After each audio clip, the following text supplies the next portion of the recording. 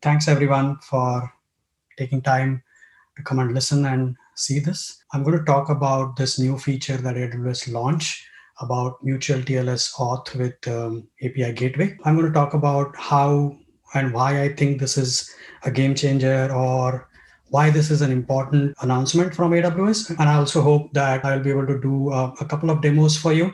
So let me start by briefly introducing myself. As you can see, I've been around for a while. I've done a lot of different things over the years. I built and sold Linux embedded thin clients, wrote and sold integrated university management system, ran a software as a service startup for 5 years, and left it in a successful, smooth running business. For the last couple of years, I've been working with Contino as a technical principal.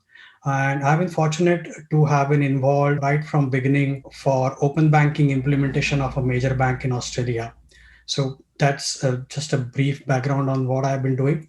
And that open banking bit feeds into why I'm so excited about this particular feature from AWS. About Contino, let me tell you a little bit about what we do at Contino. We are a technology consulting company with a strong pedigree in digital transformation and cloud enablement.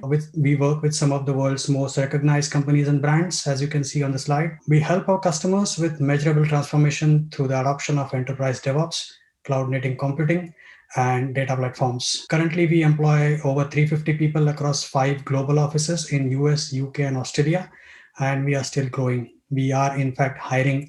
So if anyone here is looking for a job, talk to Harrison or Dylan. So this is what I want to talk about today. I'll do a very brief, very high level introduction to mutual TLS authentication. I'll briefly speak about why I think it is a big deal that AWS is announcing this feature on their API gateway. Then I hope to do a couple of demos, demo gods being good to me. First part I will do about how to enable mutual TLS. And the second part is about a missing feature that is currently not implemented by AWS, which is certificate revocation checking. And time permitting, we can have some chat. I would be happy to answer any questions. So is mutual TLS. Basically, when we communicate with any HTTPS based URL, we are doing one-way TLS that the client is verifying that the server it is talking to. But in mutual TLS, we have a way of authenticating the client from the server's perspective as well. So basically, first we have both the servers and clients have their own certificates. Client initiates a connection with the server. Server will send its certificate standard. The client will validate the server certificate like certificate chain, certificate expiry. It will also go and check for the certificate revocation. Then in mutual TLS, this is an additional step that client will send its certificate. The server will follow the same steps. It will validate the client certificate.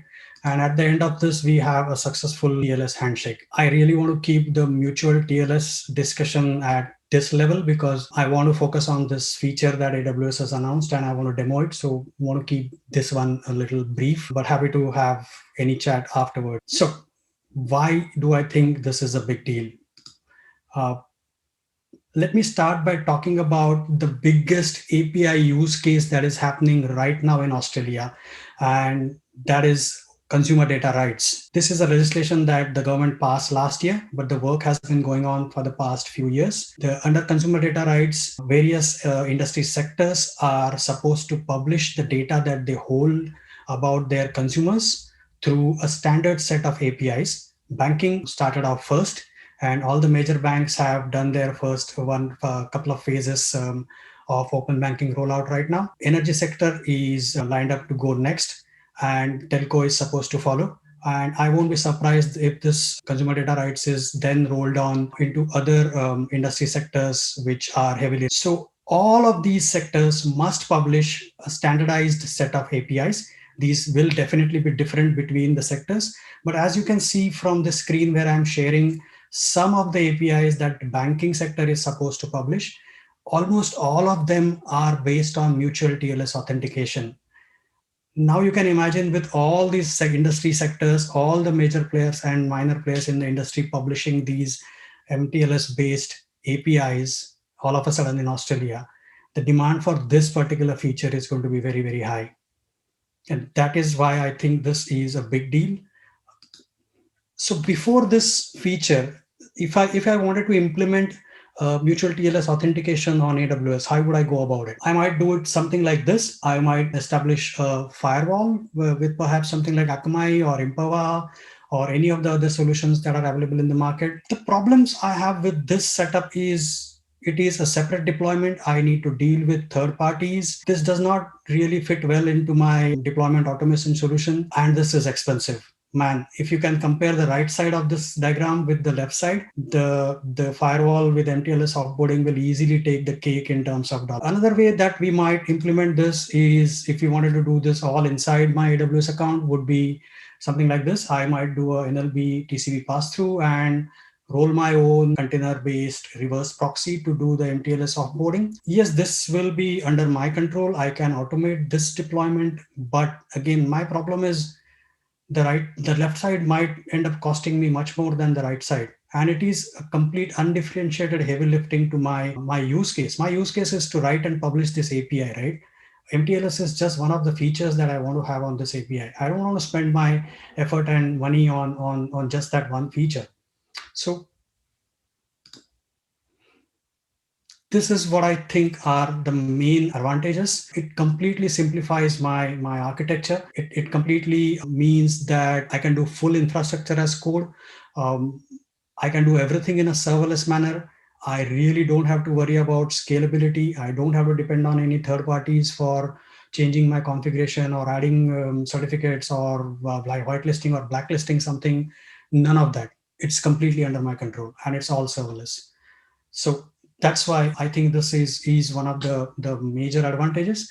There are quite a few other use cases apart from open banking that I mentioned, which are also heavily leveraging mutual TLS authentication. Those are IoT or any kind of system-to-system communications.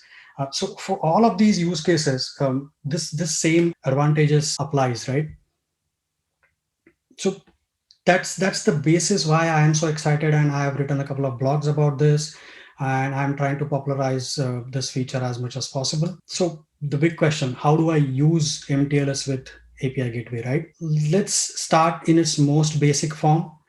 What you need is an API that has MTLS auth configured. I'll show how it is to be done by using the console in a short bit. When the API gateway receives a request, uh, it has loaded all the certificates or all the clients that you want to trust from a trust store S3 bucket. It will check the certificate chain that the client presents with the trust store. If the certificate is trusted and if it is not expired, it will allow the TLS handshake to complete, and then it will pass it back to your integration, whatever it may be. Here I'm using Lambda as a demo example, but it could be anything that API gateway supports, right? So without too much ado, let me jump into a demo. For this demo, what I've done is I have already deployed an API. I've also deployed the Trust Store S3 bucket just to save time. And I have deployed the Lambdas that are going to be used in this demo, but I have not done any of the configuration for mutual TLS. So I'm starting off from a base of normal APIs being deployed on API gateway, but without this new feature being enabled. And that's where I want to start off from just to save some time. But the code for all of this deployment is available on GitHub. I'll share the links at the end of the demo. And all of this is also explained step by step in the couple of blogs that I wrote a few weeks back. I'll also share the links of the blogs at the end of the presentation. Yep. All right, so let's jump into API gateway.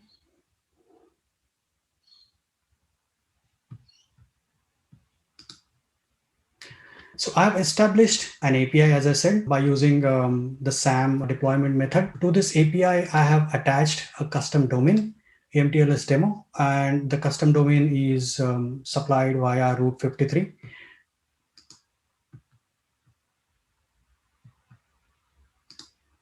In the API, I have a simple route that is integrated with Lambda. This Lambda is currently just replying with a stubbed out response, a JSON payload. And I have not enabled any authorization for this for now. I'll do that as the second part of my demo. And I have also not enabled the mutual TLS authentication. Okay, so this is what I will show how to do. And I'll also demonstrate how we can prove that mutual authentication works by issuing and using some certificates from the client side. Yep. And by the way, for this custom domain, I have issued a certificate from AWS Certificate Manager and attached it to the API. Let us first and foremost see that my API is working without any kind of mutual authentication, right? First steps. Yep, it is. Let us also see that if my custom domain that I've attached to the API is working. Yep, it's working. So now let's go and configure a client certificate that we can use to authenticate against API gateway before we go and enable MTLS on API gateway. I'm going to use Let's Encrypt for issuing a public certificate to my client. And I have some Docker. I'm using the certbot Dockerized tool available from Let's Encrypt to issue that certificate. I've done some setup beforehand just to save time, because otherwise the DNS verification might take too much time out of this demo. So please forgive me for that. But this process is very well documented on the Let's Encrypt website.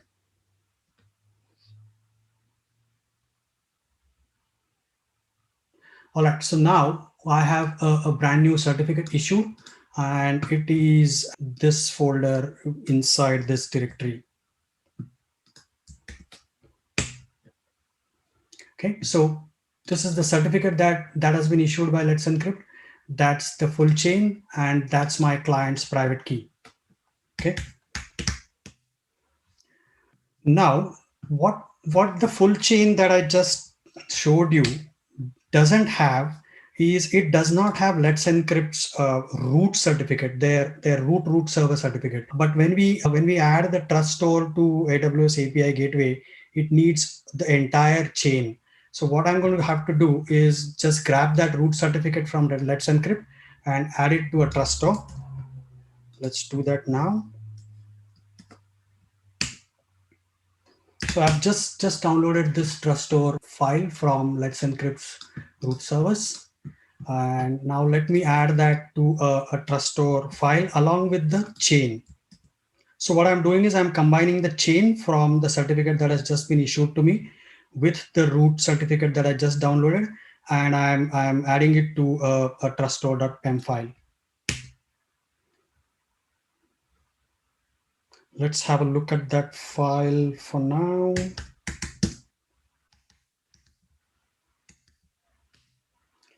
So those are the two certificates that I've just combined.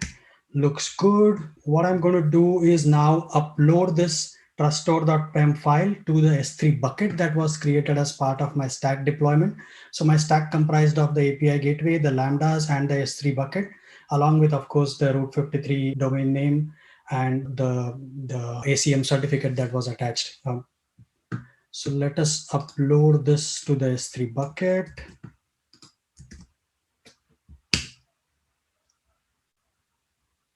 That upload is successful.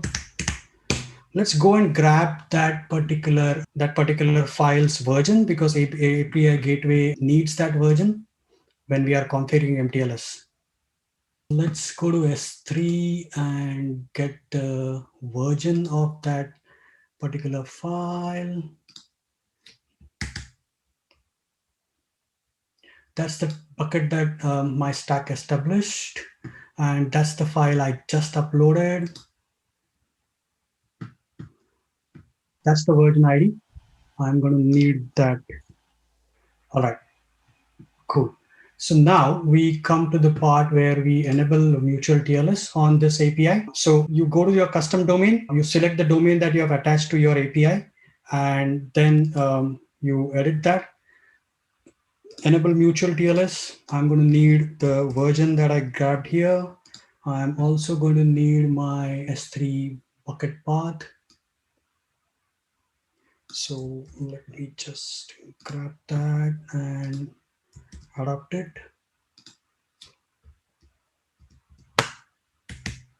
That looks good. So it requires the full path to the trust or PEM file that you just uploaded.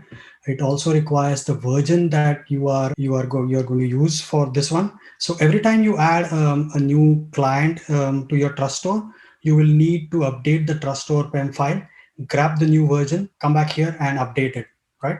So once I save this, what API Gateway did was it went and grabbed that truststore.pem file. It checked whether it can validate the the certificate chains that are in there. If it did not, it would have displayed a warning for you here, and you would have had to go back and fix it till that time that warning went away. Okay. So now our trust store is established. Our API is now behind mutual TLS.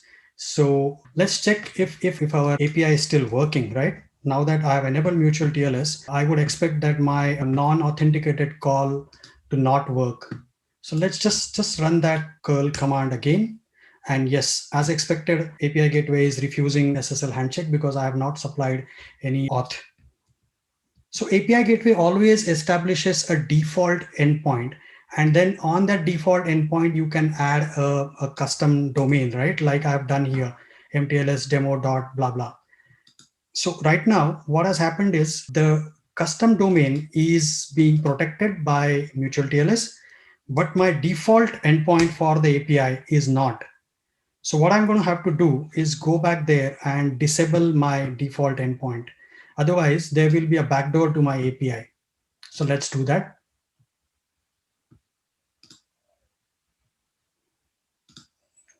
This is quick. I just disable it and save. That's it. Let me go back to my terminal quickly. Let's try that default endpoint again. And as expected, now that the endpoint is disabled, the message you're getting is not found. Yep. So what we have done now is we have put our API behind a mutual TLS authentication. What we can now do is with our freshly minted certificate to which we have added to the trust store, let us test if our mutual TLS works, right? That's the whole point of doing all of this exercise. So I'm giving it a curl command now with the key, the private key of my certificate, as well as the certificate. And I'm going to let curl do the magic of actually forming that request and sending it through. And yes, if I send it with the right certificate, this works. So that just shows that my API is being protected by mutual TLS authentication. So that was the first part of my demonstration. So the next part that I want to talk about is currently, as the feature has been implemented by AWS, it does not implement certificate revocation checking. So what it currently does is it will validate the cert chain as we just discussed. It will also check that the certificate has not expired, and that's it. But there are many situations where you need to revoke certificates, right? It could be a compromise. You would to no longer wish to allow that client to connect to your APIs. The problem with certificate-based authentication is once you have issued that certificate and it is with the client, you don't have direct control over that certificate at all.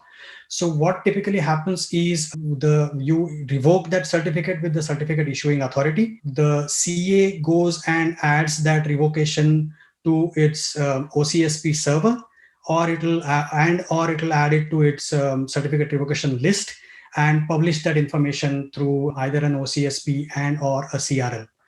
And when we get presented with a certificate request, as part of validation, we are supposed to go and check whether this certificate has been revoked or not. That is a feature that is currently missing. I'm pretty sure it will be coming up soon. But in the meanwhile, if I want to use this, how do I go about it? So what we can do is we can leverage a Lambda authorizer. What API Gateway does when it is coupled with a Lambda authorizer is it will pass if mutual TLS authentication is enabled on the API, and if you have attached a Lambda authorizer to the API, API Gateway will pass the certificate in the event that it invokes the Lambda authorizer with. Inside the event, you get the client certificate. what you can do is you can open up the certificate, take out the details of the issuing CA's OCSP or CRL, go to that OCSP or CRL and grab, check with the certificate that whether the certificate has been revoked or not. This again is a pretty simple implementation. I have implemented this Lambda. I will share the code with you at the end, as I said. So let's see how that works, right? So what I've done is I have published a Lambda, just published it. I have not attached it anywhere to act as my Lambda authorizer. Now what I'm doing is for my API, I'm going to go and attach it as an authorizer. Yeah, so we need a Lambda authorizer. I'm using an HTTP API for this demonstration. I'll give it some name.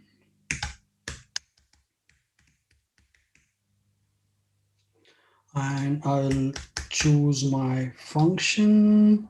I'll leave most of this as default. I don't want my certificate to be cached for such a long time. I think 10 seconds is plenty. This is arbitrary. You can set any value up to 3600 seconds. And I want to give API gateway invoke permissions. So let me go and attach this Lambda. So I've now attached this Lambda as a authorizer to my API.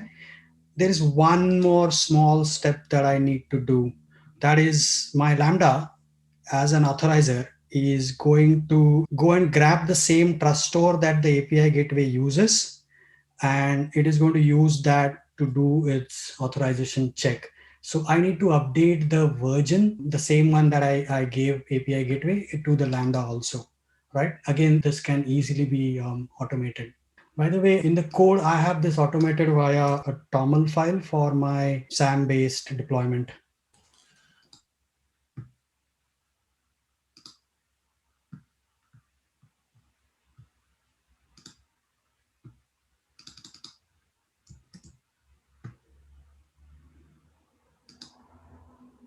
Now that I've given it the version, let me quickly walk you through the code that is doing the certificate revocation check.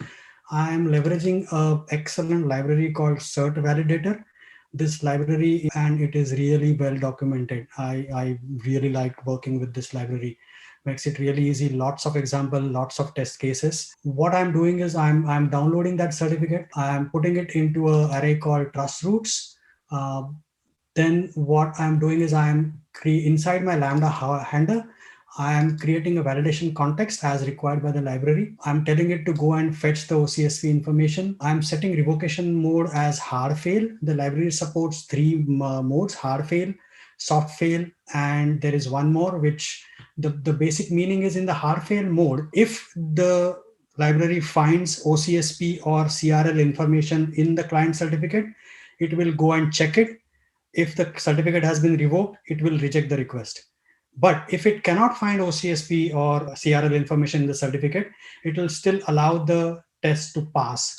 This mode I've chosen because it allows us to work with self-signed certificates too. Self-signed certificates is a valid use case for things like IoT, where it's just easier to install self-signed certificates for that matter. So once I've created the validation context, the validation object just validates usage.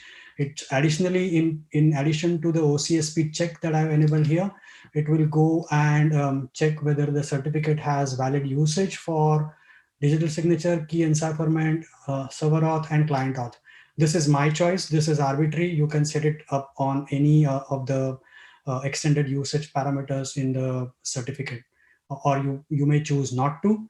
If all of this passes, the Lambda does not throw an exception, it will return. So then I will return a positive response to the API gateway. If the OCSP or the revocation check fails, or any of these extended usage checks fail, I will catch the exception and return a negative response to the API gateway. Okay. And once API gateway receives a negative response, it is just going to terminate the SSL, same as the client not being supplying a proper certificate. Okay, so let's go and test if this stuff that I've talked about really works. All right, now that we have enabled a Lambda authorizer, first and foremost, let me go and see if my API still works. Yep. Hopefully it does. Now what I want to do is I want to go and revoke this certificate. And then I will check whether after revoking the certificate, naturally my Lambda authorizer should reject it, right? So let's test that. Again, I'm going to use the Dockerized certbot client that Let's Encrypt provides. What I'm doing is I'm using the certbot, I'm giving it the certificate path that I have just used for validation, and I'm asking it for revocation for the reason of cessation of operation. There are a number of reasons that you can put here. So let's do this.